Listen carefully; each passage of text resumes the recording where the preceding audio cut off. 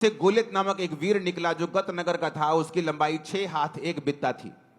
6 हाथ का मतलब होता है 10 फीट के करीब। अगर आज आप बड़े बड़े जो शूरवीर आप देखते हैं आज के जमाने के, वो खली हो वो कोई भी हो, 7 फुट 1 इंच किसी की हाइट है, 7 फुट 2 इंच किसी की हाइट है। लेकिन आप इमेजिन कर सकते हो ये बंदा 10 फीट का था और उसके सिर पर पीतल का टोप था। एक पत्थर का झिलम वो पहने हुए था जिसका तौल 5000 शकेल पीतल का था। उसकी टांगों पर पीतल के कवच थे, उसके कंधों के बीच बर्शी थी।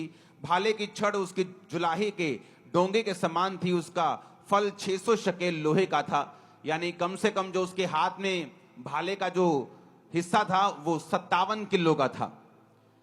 आज अगर आप में से 90% लोगों को बोलो कि 57 किलो उठा के सिर्फ एक बार ऐसे कर दो तो नहीं कर पाएंगे। लेकिन उसने कहा कि वो उसके साथ वो लड़ता था और एक ढाल लिए हुए एक जन उसके आगे चलता था।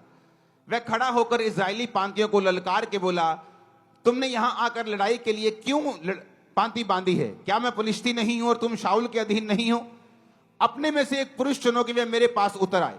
यदि वह मुझसे लड़कर मुझे मारे तब तो हम तुम्हारे अधीन हो जाएंगे। यदि मैं उस पर प्रबल होकर मारूं तो तुम्हें हमारे अधीन होकर हमारी सेवा करनी पड़ेगी। वह फलिश्ती बोला, मैं आज के दिन इजरायली पांतियों को ललकारता हूं कि किसी पुरुष को मेरे पास भेजो कि हम एक दूसरे से लड़ें।